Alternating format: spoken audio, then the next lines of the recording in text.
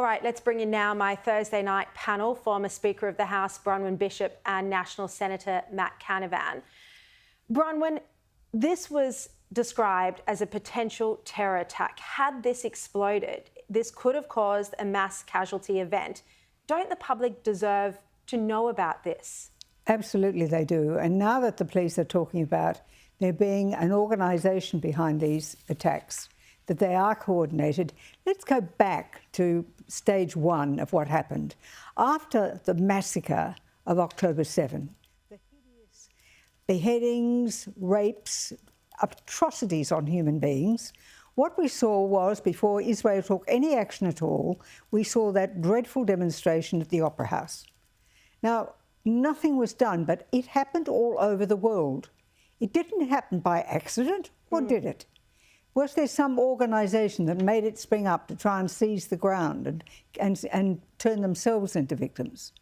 And if that's the case, is there a broader network of people who perhaps are using that caravan as a storage depot to which other people can be told to go and they can collect explosives, or they can find lists or anything else they need to carry out an anti-Semitic act? Now, it can be something that's going to escalate and get worse until we do see indeed deaths. So I found that conference with the police quite confusing. I think confusing is the word, because on the one hand, the press was being, well, the Telegraph specifically, was being blamed for making these facts known when people ought to be scared. You've got the Treasurer who picks up the vibe that's going around, obviously around the federal cabinet, which says, well, we don't really believe that these people are really threatened so much, which is what those words meant to me. And then you've got the police saying, well, we think there are a group of people, criminals, who are actually doing it. So I think there is so much more to know. I think there needs to be a coming clean a moment, because exactly. I don't think we're getting the full story at the moment. No.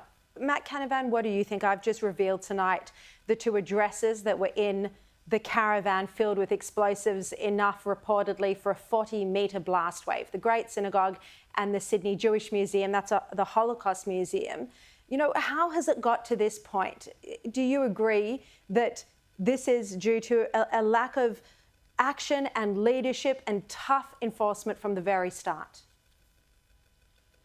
Well, look, first of all, it's just so shocking to see this happen in our country, which has always been so harmonious and peaceful, or generally so. And it must be even worse for those in the Jewish community. So the main thoughts are with them, and hopefully they know that I think the vast majority of Australians, I know the vast majority of Australians are with them, and we'll do everything we can to protect them. Look, in terms of the reasons for this, look, it can't be sheeted home to one person, of course, especially if there are foreigners behind this, foreign actors behind this. That's very concerning. We don't know that for sure, of course, but we must be always mindful here that there may be people off our shores wishing us ill, not just from the potential risks of a terrorist attack, but also the chilling effects on community harmony and cohesion of the threat of one, and the uncertainty created by it. So we need to be very careful about making sure that we do unite as Australians and remember what we value and what brings us together.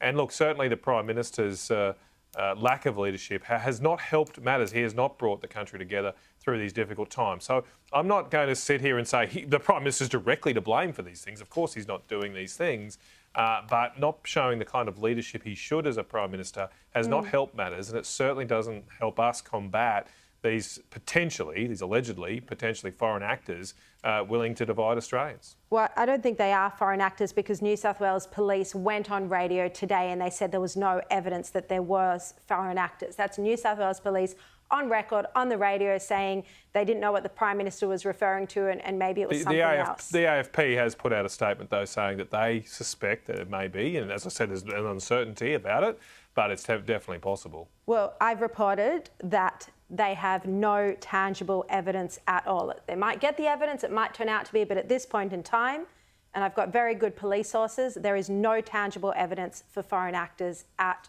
all.